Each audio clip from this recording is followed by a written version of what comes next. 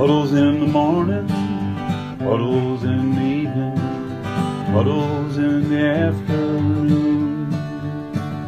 Well, I'm a puddle boy and she's a puddle girl. The Puddles podcast is starting real soon. Welcome to Puddles. It's your host, Andrew Collin. I'm joined by a hilarious comedian, Derrick Stroup. Yeah, thanks for having me, buddy. Excited to be here. I'm a huge fan of yours from afar. I think you're a great comedian. Oh, thanks, buddy. So funny, man. Thank you. How old are you? 40. 40. All right, I'm 45. Yeah. I feel like I'm from Florida, but like kind of where it's the South. Yeah. North Florida or what? Central. Yeah. You know Vero Beach? Yeah. So if you go 10 miles from the ocean, it gets real. Oh, it happens quick. Yeah, it jumps up. It does. Right over the railroad. Yeah. Florida's like that. Yeah. I mean, it's got some real country parts. Like I just saw somebody talking about it the other day, but like Central Florida, North Florida, very country for the most part. But then it changes fast. I mean, South Florida is like nowhere else. South Florida, I never really understood. Miami, you'd go down there, you feel like you're in a whole nother world. Yeah. I remember going there and being like, oh my God. Like you would, all where you're from. Yeah. Things seem so much bigger than they are. Absolutely. Where are you from originally? I'm originally from Harvest, Alabama, right outside of Huntsville, Alabama. Okay. Yeah. So things I knew exactly the size of what they were where I was from. I mean, Harvest, Alabama sounds like a made up place. It does. It sounds like a place from a book like an old book that you see in the back by John Steinbeck or something. Yeah. It just seems like too on the head. Like it's like being from like white people, Utah. You know what I mean? Like it's just too Harvest, Alabama. It's like, yeah, you are. Yeah, we get it. You got corn in your backyard. Yeah, That's right. That's right. The only thing, Alabama football. Yeah. That high school show. Did you play against that team? I didn't. I mean, my school did the Hoover Buccaneers. I can't remember. I watched the same thing. It was fascinating. It was before any of that high school football was put on TV or made into mainstream stuff. I played lots of teams from that area, but not Hoover. They're still a machine. I mean, it's crazy how much football means to that state. I mean, it's absolutely bonkers. I'm not a Bama football fan. I used to do a bit on stage about it, but I ended up realizing it was just for me. It doesn't travel well. You know what I mean? Who are you, like Alabama State? Like something real specific? You're like, nah. No, dude, Alabama State's great. That's a HBCU school. But the Hornets, it's not my team. I root for Auburn out of the two, but I was born in Charleston, West Virginia, and moved to Alabama when I was 8. And I'm a Mountaineers fan. I'm a lifelong West Virginia Mountaineers fan, but I root for Auburn if I have to choose. Yeah. I mean, it gets ugly. I mean, that's a rivalry that I'm sure a few people have died. Yeah. No. Oh, yeah. Absolutely. No. Shootings, different things have happened, and you got to pick. Like I said, when you move there, it's no. I didn't give that run around growing up there. I'm an Auburn fan, and you just kind of own that. But yeah, Alabama fans can be tough, Yeah, being from Florida, I was a Hurricane fan. Yeah, and you got to pick. You got to pick somebody. Florida State, Miami. Florida State, Florida, Miami. Now you got UCF. I don't know those other ones. What position you play in high school? I was a tight end. Oh hell yeah! Yeah, man. A little blocking, a little catching the ball. Did you get on Rivals or no? No, I don't think I ever made it on Rivals. You kept it low key. Yeah, I had some real. It's funny. The first heat I ever got was from Ivy League schools, and it lasted until they got my test scores. But I'm telling you something, Columbia liked your boy. Do they even have a stadium? Listen, they liked your boy. I mean, I had 3 or 4 letters from them, and I thought, okay, I don't know how this is going to work, and it didn't. But no, I mean, and what's funny is like I went to a giant high school, so it was this competitive. There's like 102 players on our team. I mean, positions, like there was 4 or 5 tight ends in the position line. It was not a normal. If I'd have went to a smaller high school in a smaller state, but I went to, it was basically like junior college. When in Alabama, high school football at that level is different. Yeah, you tailgate, the whole town comes, the whole town shuts down. Yeah. We've all seen Varsity Blues, I guess. But yeah. So you got 3 letters. I mean, that's big. Getting 3 letters. You got that first letter. You're like, I'm getting out of Harvest, Alabama, Mom. I'm going to the city. For sure. They bought me a weight set and put it in our greenhouse. I was in there lifting weights by tomato plants and chives. Just squatting in the woods. I'm not joking. Drinking Bud Light. Yeah. Oh, dude. I mean, you get swollen there. You put on some Alan Jackson. What would you listen to? Absolutely. I've always been a huge fan of old country and rap music. So, because that's kind of the dynamic of me. I've always loved like the country music's like where I'm from. Yeah. You know, and kind of my roots. And then I've always kind of wished that I lived in the city, was driving an Impala with heavy tent selling drugs, you know, but it was just so far from me. It wasn't attainable. But yeah, man, I've always just loved like black culture in general. I grew up with a bunch of NBA jerseys, was hiding rap CDs at a young age. So I kind of bounced between. Yeah, man. I remember my parents walked into the room. I had Men in Black, the soundtrack going. And I mean, they were for sure, they were like, well, he'll be in hell tomorrow. The only black we have in here is Clint Black. Yeah. No, my parents, I was raised by, and I'm not just saying this, and I always make very like progressive, great parents. There was none of that type of hate in my household. I was a lucky kid. Growing up in Alabama, that assumption's made a lot. Most of my friends growing up were black. In that area, somebody was either in cowboy boots or, you know, or not. So I feel you. I would listen to Tupac with me and 3 of my white friends, you know, driving around being like, nah, we feel this. Oh, you know, 100%. You look around, you're like, yeah, man, we're in the struggle. No, I don't drink anymore, but back in the day, you could tell that I was blackout because I was about to freestyle a little bit. I go, come over here, man. I just bought a Black and Mild. Let me lay one down for you. How scary is it if someone goes, freestyle right now, bro? You go, we need a ride home is what you do. You go, no, somebody's got to drive us. If we're both freestyling in the corner of this bar, no. We're walking home. Yeah, same thing with me. And like, I can't sing and I don't like karaoke. Yeah. But if you saw me singing karaoke, my night was over. Yeah, you're going to end up in jail. Yeah. But karaoke for me because I would never do karaoke in my right mind. But if I'm over there singing The Devil Went Down to Georgia, I have Jaeger bombed myself into the abyss. Oh my God, Jaeger bombs, boy. I loved them, man. Oh yeah. It was the best way it was the best. You'd kind of cruise with a beer and then you'd Jaeger bomb, you know, every once in a while to kind of keep the energy going, a little shot of Red Bull. Oh, there's nothing better than that drop into the Red Bull and you just see it come up and you just see it frizz up and boys are buzzing. Dude, oh my God. So many nights. You had one bit that really hit me where you talk about when you got left, if there was no, you know, Uber you're just stuck. Yeah, the DUI bit is about, I mean, it's part of why I haven't drank in a long time, but 15 years ago, I got 2 DUIs in 6 months. And I say 6 months because it sounds better than 4, but and I don't defend drinking and driving, but it was a different time. No Uber or Lyft, because I mentioned it on stage. I'm kind of running the bit while talking through it, but the youngsters now, they don't know what it's like to see their friend black out at the bar. They've never seen their DD black out. That's the line. Tyler promised us he wouldn't drink. Tyler lied to us. And that was that just comes from and that was probably one of the most relatable bits that I've ever wrote, because back then it was like that for all of us. Dude, I mean, story of my life right there. We would play a game where we would leave a friend at a bar and, you know, you'd call him and you go, hey, you got left, motherfucker. And then you just hang up. And that was the whole game. Yeah. And then he'd have to figure out his life. Yeah, that's it. I had one buddy got stuck in the bar. We were at a strip club. Yeah. And he ended up moving in with the owner of the strip club. This is a true story. And lived with the guy for a while. Oh, wow. Yeah. That's how. That is. I mean, that's exactly what I'm talking. And then the bit goes on about being left at house parties. Yeah. Where you're sleeping in the sunroom using a rug as a blanket. It's real. It's just real. I mean, I didn't have to write much. That's truly the experience. And you know, what's funny is that bit, it's hit or miss in New York City. Because if I get a real New York crowd, they don't get it. No, they get in a cab. They cab, subways. They don't understand. No city thinks the DUIs are dumber than New York City, but they've just never lived that life. A lot of them don't have a license. They don't understand. And it's not like, and I'm not mad at them. What a life to live. You've never been, we weren't excited. And I say this on stage to make sure people know, we weren't pumped about driving drunk. No. We were always like, no, we got to figure this. If we don't get it, and also there was variables, you know, if we didn't get a Mexican pizza, we knew we'd die as a group. You know what I mean? I mean, here we are. We knew driving home was already bad. Now we got to go through Taco Bell.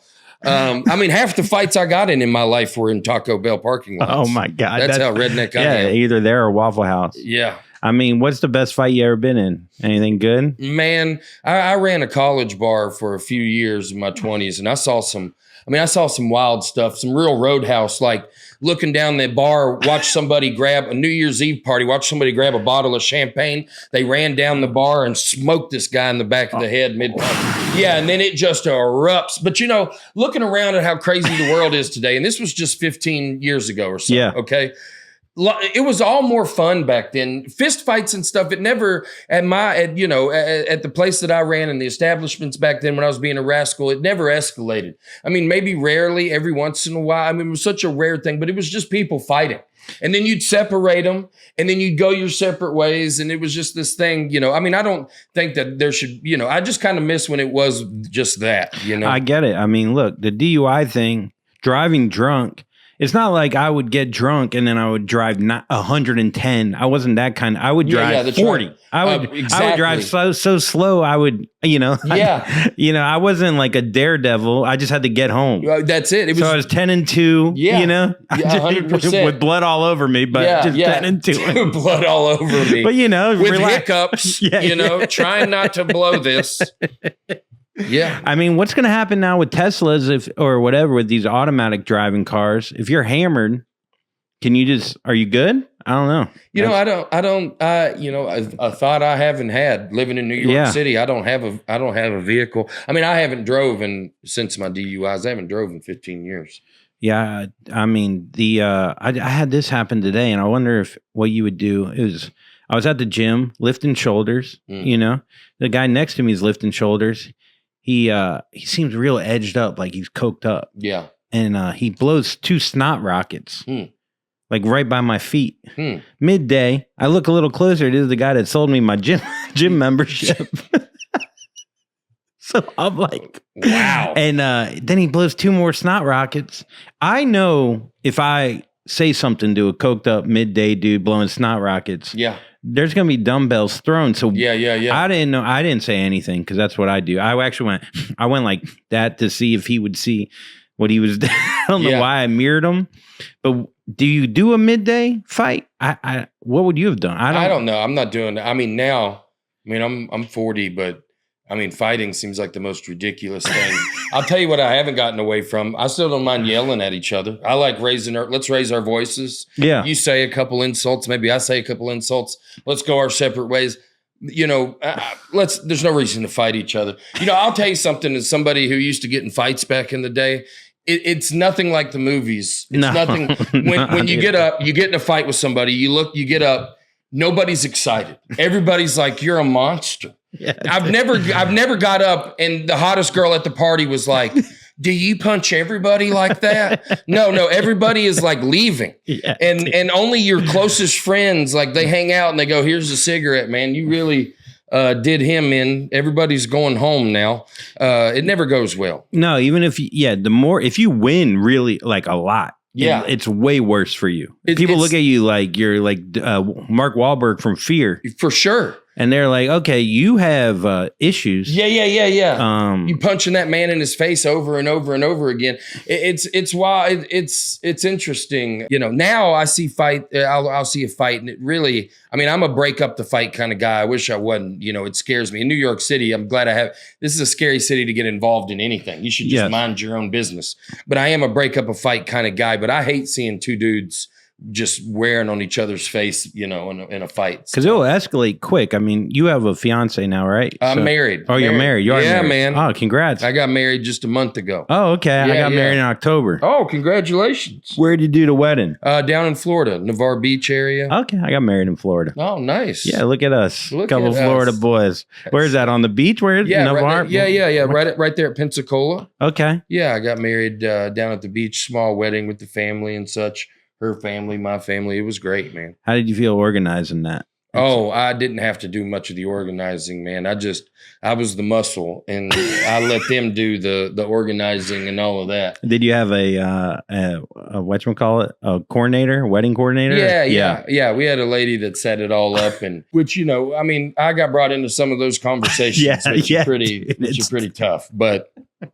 Yeah, I'm glad it's over with. Yeah. I'm excited to be married. I'm glad to call her my wife. It feels a lot better. You feel more respected than fiance. You go to a restaurant and you go, me and my fiance need a table. And they go, everybody needs a table, man. You go, me and my wife, and they go, let's see what we can do. You know? Yeah, it does feel, it's just a better word too. Fiance just feels, it just doesn't even feel real. Like girlfriend is even worse, especially when you're 40. Oh, my girlfriend. Yeah. I mean, 45. It could have been a different girlfriend yesterday. My third girlfriend. Yeah. Yeah. No, my wife feels, I feel more like, more mature, more manly, more just responsible, even just by getting married. You know what I mean? I don't think I am. Yeah. I mean, is this the first time you've been married? Yeah. Me too. Time. Yeah. Congrats. Yeah. We held out.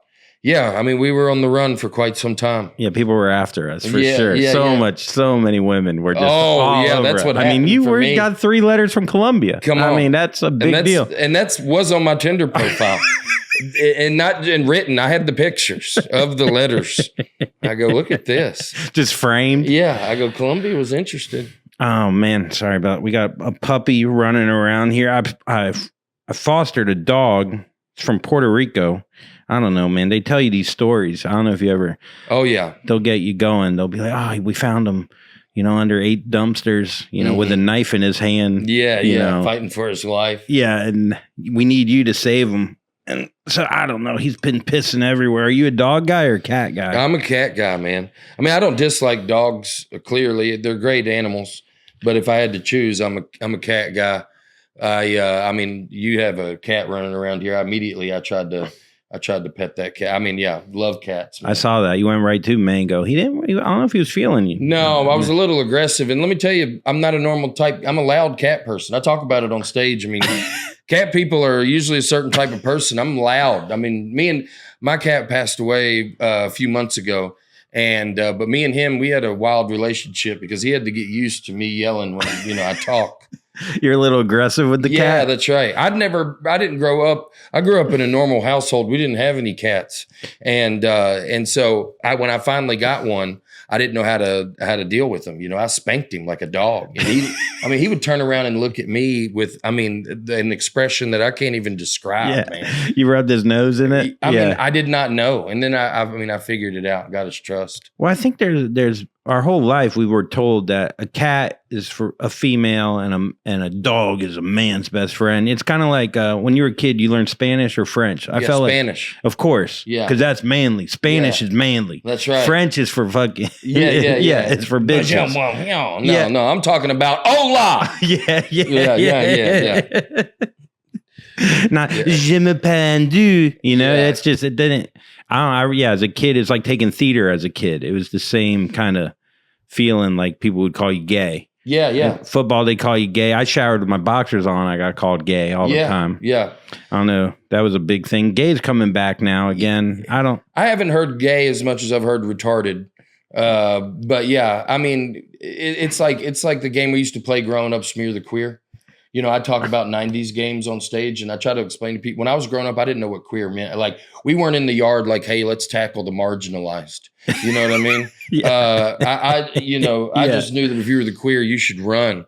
But yeah, I mean, people are, I think it's just the social climate in general. People are starting to be calloused to those words again and be a little insensitive. But yeah, they'd call me gay. I would be wearing boxers and I'm like, well, you want to see, that's the thing. Yeah. I mean, it's kind of like when they would pants you back in the day. Oh yeah. And they'd point at you and go, you're gay, and take off running. And you're like, hey bro, you pulled my pants down, man. There's no way it works like this. You know what I mean? No, but I know, I mean, they're like, you won't even blow Ricky. That's how gay you are. It's like, well, I don't know, man. I'll do it to prove I'm not gay. Yeah. Back then it was different. In the 90s, man, if I would have kicked a soccer ball, my dad would have been like, that's a weird way to come out. Yeah. I mean, I promise you.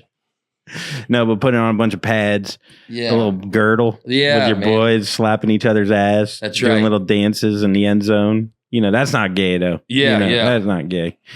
How far did y'all get in? Did you get far in state or no? No, our football team was terrible, man. we looked great during warm-ups. We were huge. I mean, this was before Michelle Obama changed lunches into something healthy. You're not going to believe this, man. I tell everybody this. You're not going to believe it. We had a hot wing bar for every day for lunch as a choice. So you'd have your regular lunch line, regular lunch menu, and then there was a hot wing bar. Yeah. So we ate hot wings every day for lunch. No, I'm not joking. We were during warm-ups, we looked like trouble. Yeah. And then we were huge. They didn't know how much ranch was in that body. I'm going to tell you something. I mean, I bet you if you got all of my buddies together, I mean, I'm 40. I mean, I'm on blood pressure medicine. It's not by accident. Yeah. I mean, we weren't eating apples and vegetables. We got 10-piece wings every day for lunch when I was in high school. It's like when we go to the Pizza Hut buffet, you know? You just load up. Absolutely. I mean, there was no choice. There was no water. We had no water. I didn't start drinking Gatorade or Let me Coke. tell you, if it wasn't for Denver, Colorado, I'd have never found water. You moved there. I lived there for 10 years. You either drink water or you die in Denver. Yeah. And that's where I learned when I first moved there. No joke, man.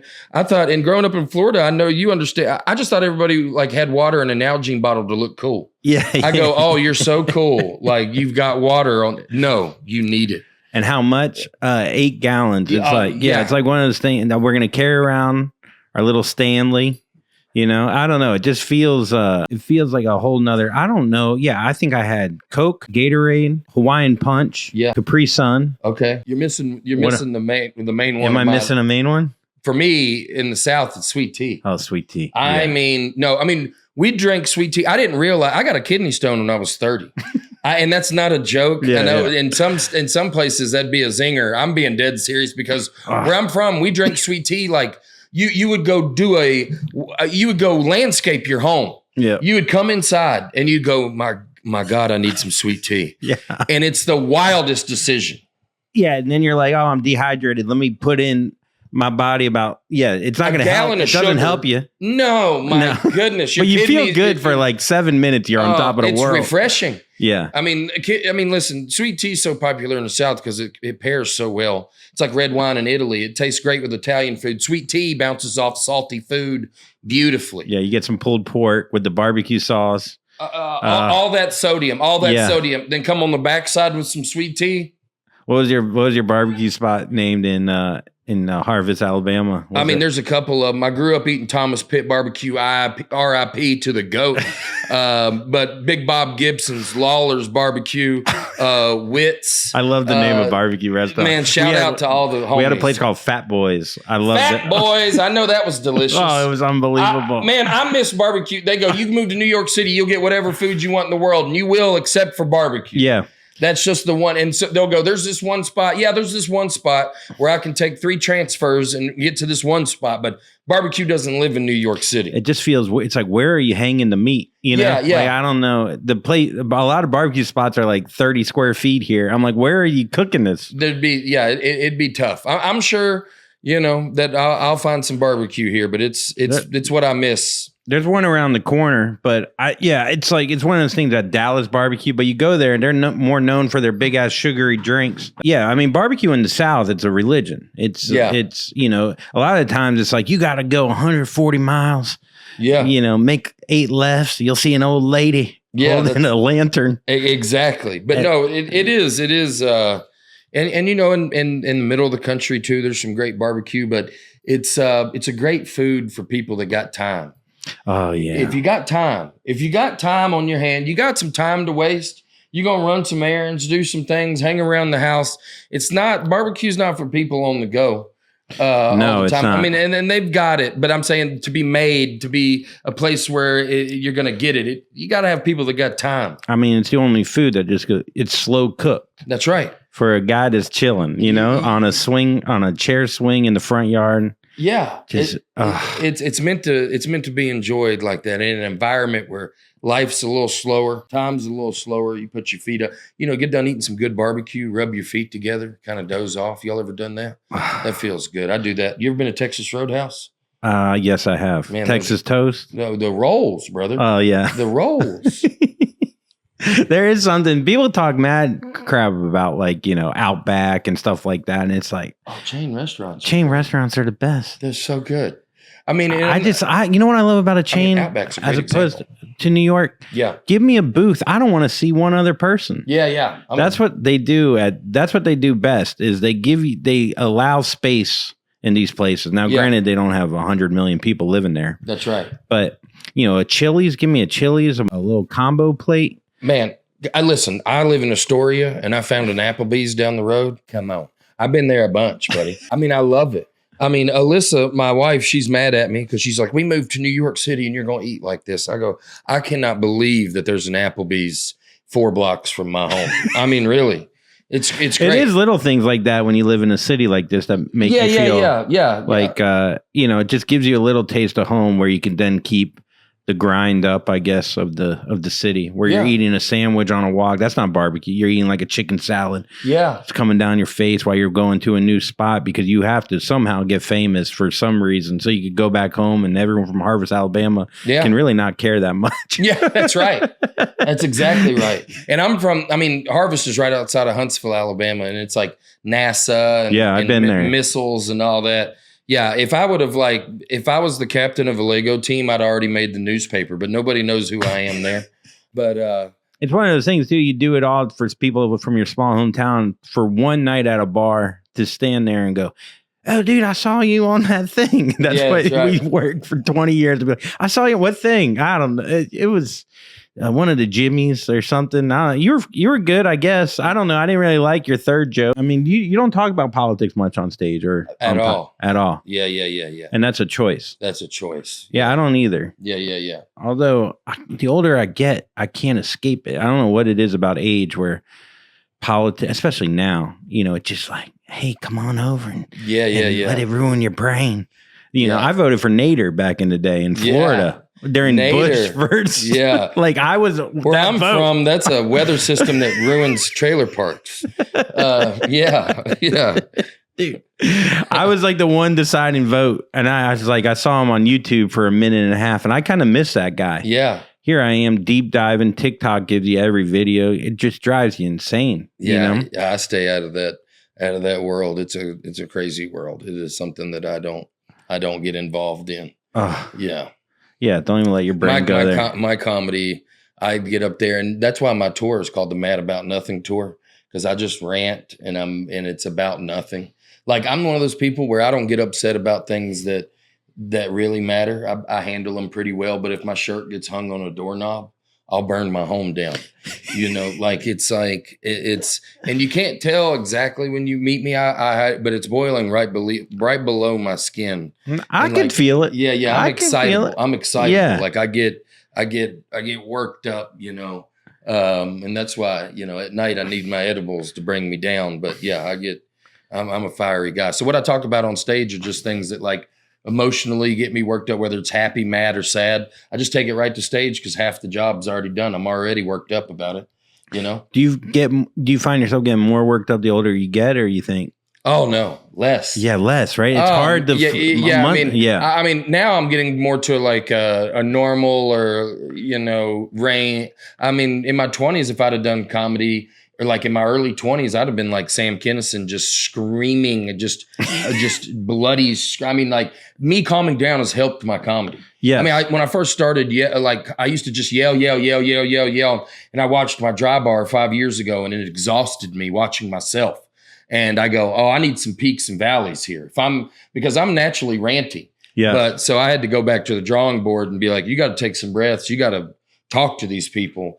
But yeah. Because when you start, you do anything from 5 minutes to 10 minutes. You can yell for 5 minutes easily. Yeah, that's right. You start doing an hour and it gets to about minute 38 and you're yelling. Too much. You're just like, what? This is a Hitler speech. Yeah, it's too much. Yeah, it's too much. Yeah, I learned to, it's nice. I was proud of myself. I watched that dry bar, and there's people that love it and like it, and I'm thankful for them. And I'm glad they enjoy it. And I hate telling fans and people, that's why after shows, I don't let people know how I felt about my show. Cause you stand out there, you hate a show and they love it. They don't want to hear that. No, I'm sure you've been in that situation. Cause I did it when I was younger. They'd go, love the show. And I'd go, gosh, I didn't really. And it's like, just shut up. Put that on me. Yeah. I've done that all the time. I'm like, actually, it wasn't that good. It was, you didn't really even get your money's worth. And I apologize. And they're like, okay, well, we were happy. Yeah, we were. Exactly. Yeah. We're tough as comedians. We're the toughest critics, so you got to remember that, and it's also healthy.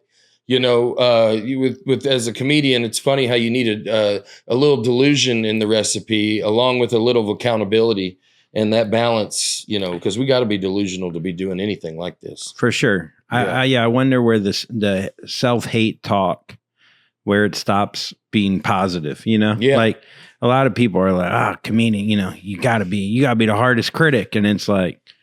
Or you can, at the end, sometimes comedians will be like, it's just comedy. Yeah, that's right. And I think when you're in New York, especially coming up here, and you've been here 8 months now, like, it's almost like, you got some people that are like, you got to write the perfect joke and everything, it's like, and it ends up kind of killing it.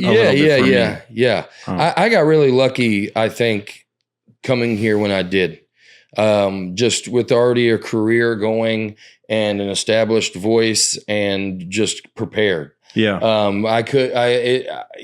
Coming up in this scene is just got to be it was war. Dude, Denver's where I came up. I lived there for 10 years. Comedy Works is my home club. Proud to represent.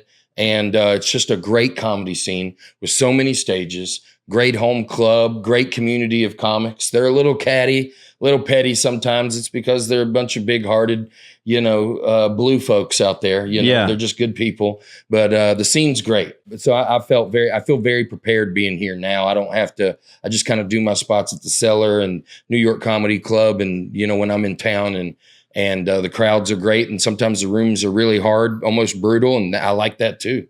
Yeah, it's interesting. I was hearing Larry David talk the other day, and he's like talking about, because in New York, a lot of people don't know, there'll be like 8 comics on one show, and you're each doing 10 minutes. So you got to impress them. Like if the comic before you kills, then you got to be like, well, now you'll like me, and they don't know who you are a lot of times. That's right. Which makes you a stronger comedian, but it also it's a hell of a I don't know. It's a ton of, it's very anxiety driven. Yeah. So even someone like Larry David's like, I hate that. I hated that. It's funny when you see such a successful comedian who also has all the anxiousness of someone that you wouldn't make it. Or what your idea of how strong you have to be to make it. Yeah, no, I get that. That's true too. I mean, it's a grind. Yeah. I mean, a grind. I mean, I joined the golf group with y'all to go golfing, but all I do is watch y'all text each other. Yeah, there's something about an adult new group chat that it's not old friends, it's new friends that you've never really met. Never met anybody in the group chat, maybe 1 or 2 people. So just watching them talk. I go, I don't even know who these people are. And I'm a psychopath. I could silence the group, but I just keep them rolling. I go, there's only like 1 or 2 names in the group that I have. The rest of them are just numbers. There's something about a group chat where you don't know anybody and you're watching it and there's no, the nice thing about a group chat is, there's some dark jokes in there. There's inside jokes. There's callbacks to when you're 10 and it's like, oh man, I remember when you tripped down, the hill and you broke both your legs. And like, I don't know, there's some like reminiscing. This group chat is just like, you want to play Amber Lakes at 3 p.m. Yeah. Like, is anyone here? Yeah. Like that's like the whole chat. It is. I had the exact same chat in Denver. Same thing. Same thing. Did you ever play or no? All the time. We had the best. We had the best, but it was just totally different because the golf course was, 7 minutes from my house. I could play at 10 a.m., be done by 2 p.m. It was just Denver's covered in golf courses. Yeah. It's a great place to play golf. And with the altitude, ball goes 20 yards further. There's no humidity. I'm not sweating. We're having a good time. That's the thing with New York is everything is a production. No matter what it is. If you want to get a tennis court, you got to sign up. It's $120. You got to leave at 9 to play at 10:30. You do. And that's exactly the problem with New York, and that's why it's difficult to enjoy your life here. Running errands takes the day. Yeah. The day. So that's why New Yorkers that I've learned, I follow suit. You run your errands. I mean, early in the morning, I go out 9, 10 a.m., something like that. Just get them out of the way, because the further you push them off into the day, the more impossible they become. Because you think it would be easy because you walk everywhere. That's right. But then the walk is about 30, 40 minutes. And, and then it's packed in every single Whole Foods you go in or wherever you shop, Trader Joe's. It's a fight in there. No one's relaxed. Yeah. It's not like, oh, I'm shopping. It's like, it's tense. It's everything's intense here. Get in the subway. I always think about how if you have a great set in New York, it dies before you get home. That's that is so good.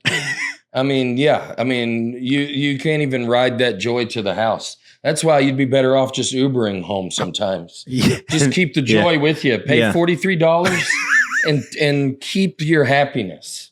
Yeah, no matter what it is. If you went on a first date and you're ecstatic, you get on a subway, some guy's bleeding, flicking you off, threatening to cut your head off. Yeah. You're like, all that just died. Yeah. And I don't know. I always think about, you're right. Just pay $60 for an Uber. Go broke, end up homeless. Life will be great. It's one of those things. It's like, I don't know. New York, Denver. I remember in Florida, I started in Florida. I'd have a good set. I could live off that for 2 months. Yeah. Denver was a great place to just there. I mean, there's no place that has more breweries than Denver, and every brewery in Denver has a comedy show. Yeah. And plus it was like an easy city to get around. Like I haven't drove in 15 years. I scootered everywhere in Denver. I was you catch your boy. I go to the grocery store in a Lime scooter, ride home with 7 bags, man. Did you have to even them out? Oh yeah. No, I've had milk between my thighs. I've lost a can of beans in an intersection and known that intersection, it now has those beans. I mean, yeah. No, I used to use the scooter. I go to doctor's appointments on the scooters. Me and Alyssa, we go to a nice steakhouse, go eat a nice dinner. We'd be riding a Lime scooter there. I go, I think I'm going to get the aged ribeye. On a Lime scooter. Would you go dueling or we'd share it. Share it. Yeah. There's something romantic. Were you in front? No, she'd be in front. Come on, man. I got her. I'm holding her. I got my head. I'm whispering in her ear. I go, hey, come on. And it was great. People sometimes make fun of you for riding as a couple. You know what my rebuttal to that is? You ever used a coupon? Yeah, this is a good old fashioned 2-for-1 here, my man. Yeah, it's a BOGO, baby. It's a BOGO. My dog is eating my wife's tampons. I'm sorry. This is out of control. This dog is taking off medication, tampons. He's gotten into a bag. This is how pro we are, Don't bring we into this. I mean, well, I think we're both doing a pretty good job considering my dog. No. We are both doing. This is great. I'm saying that you're the professional. I'm trying. Man, this is, I'm sweating like crazy. I'm freaking, it's all good though. All right, this dog, he obviously doesn't respect me as a professional here. He's about, Mango just took a good swing and a hiss. So Mango's done. Mango. Hey, Mango. So Mango's my cat. The audience knows that. Lilo's the dog, the new dog in town. Mango, I think, likes trolling the dog, and then he gives him a left hook like Sugar Ray style. Oh yeah, and he loves it. You'll see it. You'll see it real soon. Oh, I just saw Mango take a swing. Yeah, he's got a good left cross. It is funny that pets are left-handed or right. Yeah. I don't know how that works. I haven't had the mushrooms that brings me through that journey. Where I go, my cat's left-handed. I go, he's left-handed? Is he more artistic? That's a wild. I took mushrooms 3 days ago. I think it's still in me. Funny. Oh, shoot. Yeah, that is funny. Freaking, Mango's left. Yeah, my cat's left-handed. Yeah, he throws righty, though. Yeah. Swings left, throws right. Oh, you got to get him. What a ball player. Oh, he's got a 4-star arrival. Oh, man, I've been trying to teach my nephew how to play baseball, and I don't know. Have you ever like tried to coach at all? No, I haven't tried to coach. I feel like you'd be a great coach. I mean, you're built for coaching. I mean, everybody that has ever known me has you might have been born with a whistle around your neck.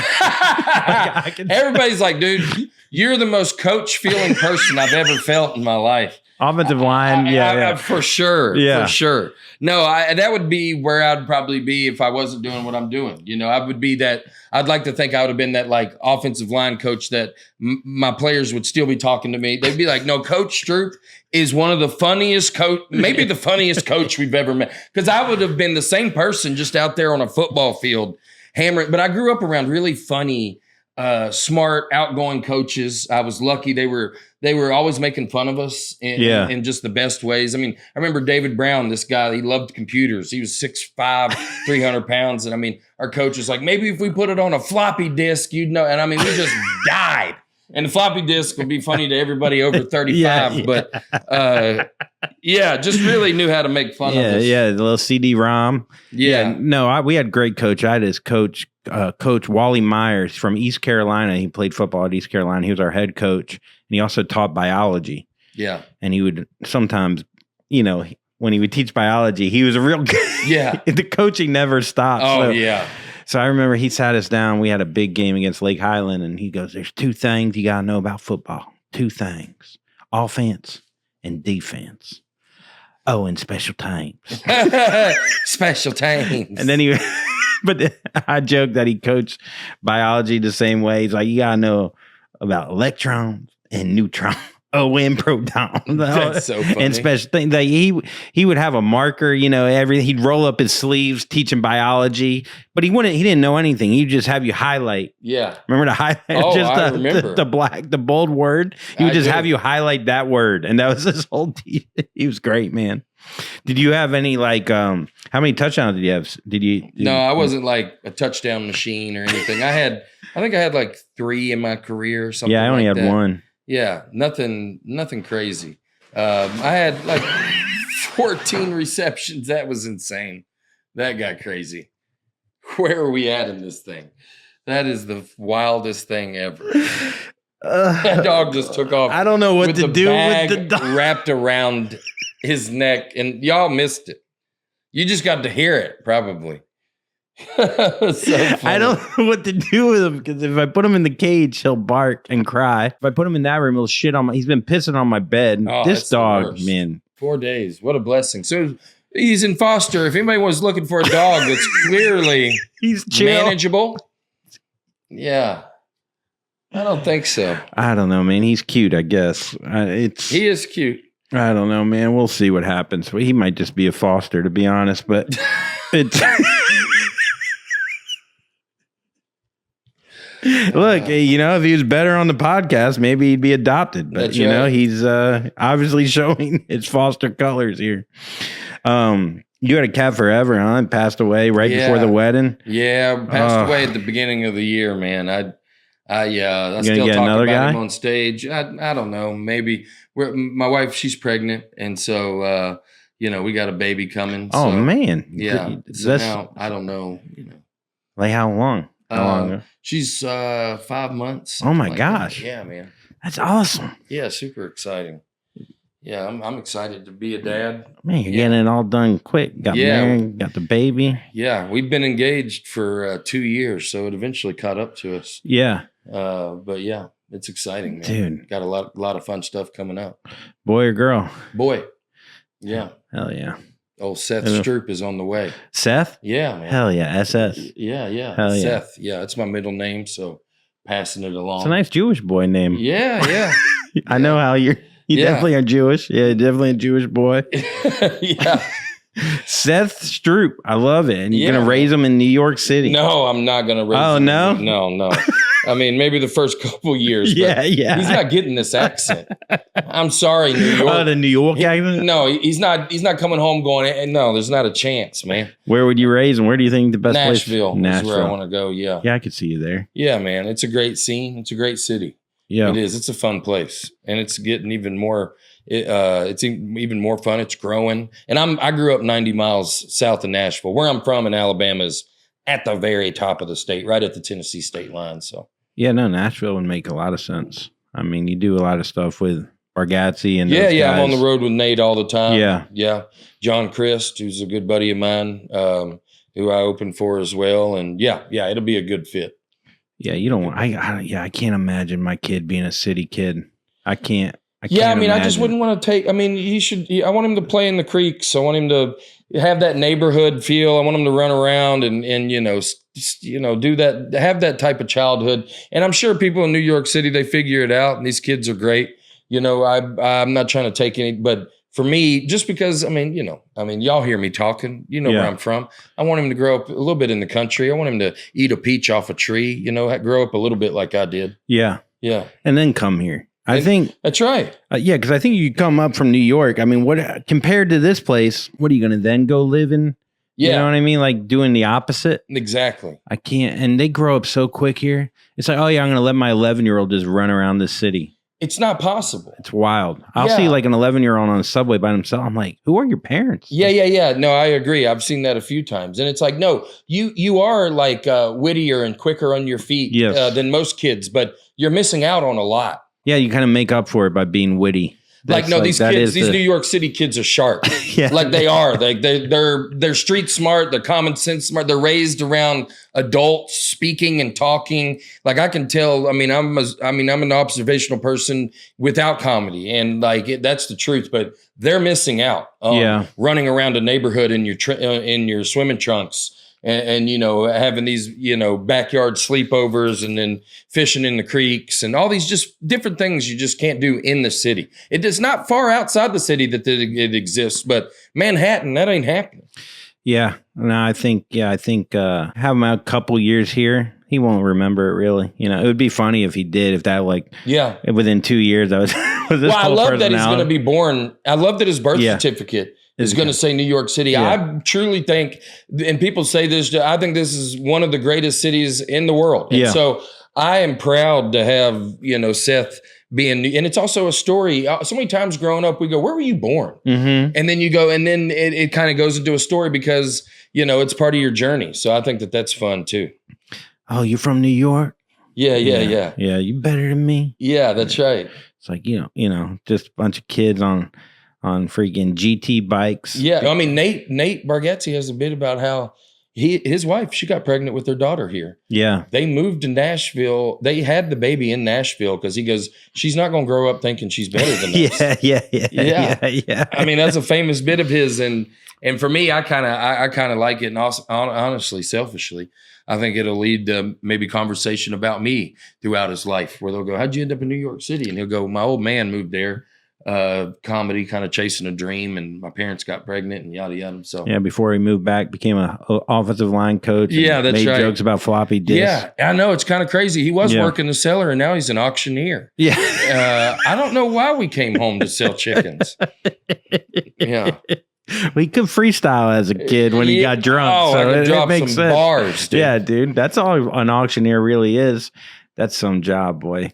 My dad's from Queens. So my whole family's from New York, and then we grew up in Florida.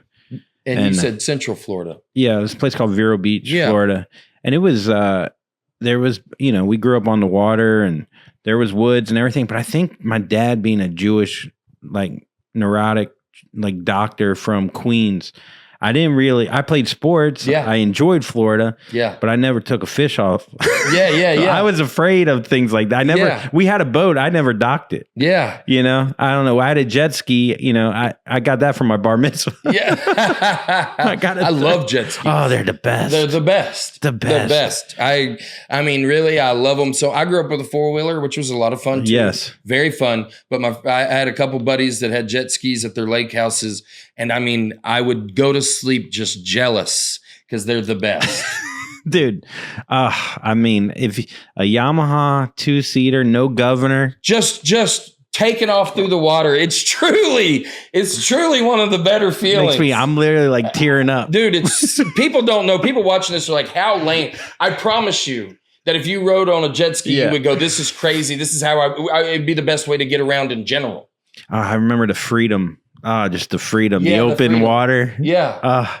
I got arrested on a jet ski for speeding on a jet ski in a manatee zone. Holy. Yeah. Did you know, or did you just come across it? Or were you like, I'm going to just get through this really quick and it's not going to be. I was very drunk. So I don't, first of all, I say this all the time, jet skis don't have propellers. So the manatee would have been, he would have just got a nice little back rub, I think. It would have been no problem. It blows air into the water. Yeah. It would have gave a nice little back rub. And I got pulled over on a dock. It was July 4th in Florida. And I didn't pay the ticket. And then months later, I was out on a date. Happened to be a stripper. Just coincidence. And I never paid the ticket. So I had a warrant for my arrest. And the cop was like, were you speeding on a jet ski in a manatee zone? Never paid the ticket. Are you serious? Yeah, and I went to jail for that. Holy it was crazy. Smokes. Yeah. That is crazy. Yeah, I was in jail. They were like, what did you do? I was like, You're not going to believe this, buddy. You ever heard of wildlife? I don't give a damn about it. I was going 88 and a 7. They go, there's manatees. I go, good. And they're like tattooing a dolphin with a bandana on its head on your arm. I go, good. Dude, the guy goes to me. He really did. He went to me. He goes, was it a Yamaha or Kawasaki? Like, I thought it was going to be like a question, like my life or death question, which kind of was. I said Yamaha, and he was like, "It's a good ski. That's a good ski." There, I knew it was. That's a very Florida story. That is a very Florida story. Yeah. It doesn't get much more Florida than that. You said you got a couple DUIs. I mean, yeah. So do you have a license now? You said you were riding around on a scooter. I never got another license. I never even tried. I love that. I just, and when I talk about it on stage, I tell the truth. I told this story to Bert Kreischer and, and I told him at the end, I go, hey man, I haven't drove in 15 years. And he goes, that's the wildest DUI story I've ever heard, because he goes, I've heard a lot of them and they all end the same. They all end with, hey, I haven't drank in 15 years. And he goes, you just said you haven't drove in 15 years. And he's like, you're the first guy I've ever met that gave up the vehicle and not the booze. And he's so right. Yeah. And I didn't realize it at the time, but yeah, it was a real it wasn't the drinking that was the problem. Yeah. Because that's kind of how I end that. I go, I remember in hindsight thinking the Jim Beam is not the problem. This Camry's bad luck. I go, every time I get in this Camry, they pull me over. I go, what's wrong with the Camry? Also, with no, that steering wheel was a little loose. It wasn't your driving. It was the car. Yeah. The car was going back and forth. That's hilarious. Yeah, dude. But it was the first time I got the DUI was in Alabama, and it was like Mayberry. I went in there. They were like giving me pie, and they were like, you can't drive drunk, you idiot. You gonna kill somebody. And, they're in there hanging out with me and talking about football. Then I got one right outside of Atlanta, and they were pissed. They were very upset. Then the judge found out that I was the general manager of a college bar, and it was my second DUI in 4 months. And they went for my head. Oh, man. Yeah, man, it got ugly. And I had 7 arraignments, and it was a really long ordeal. They took all my money. I lost my house, my car, my friends, everything. And that's what led me to comedy. It's wild. And now it seems like divine intervention, something higher, my man. Had to be, really, it had to be a God thing. No, it's awesome. Because I just had nothing left. And so I started chasing comedy. I'd have never chased comedy in a normal life. But because things got so bad, I felt like, well, this is the only option. So, yeah. I feel that. So like my whole life was in shambles when I started doing stand-up. Mm-hmm. I was in debt. Yeah, exactly. Jumped a manatee. Yeah. But really, like my life was, and then my buddy, he got a comedy class in Palm Beach because his wife left him. Yeah. Cheated on him, left him. So they paid for him to do a comedy class. We were drinking Jaeger bombs. Yeah. And he did the comedy class. He's like, you got to take this. You're the funniest guy I know. And that's how that's I was so really great. Like, I had nothing going on. It's really a good way to approach it in the fact of my humility, embarrassing me. I was pretty stripped down. So it was a good way for me to enter. You couldn't hurt my feelings. Yeah. My feelings were very hurt. So already, and nobody knew that, but just like, I came to Denver and started comedy, and it was just like, didn't know it, but those trials, tribulations, I was very prepared to go on stage and not be good for a long time. Because if I would have walked in there in the perfect situation, it'd have been, but I was a manager at Big Lots going, I don't have a license. I might as well try to chase this dream. It's awesome. Yeah.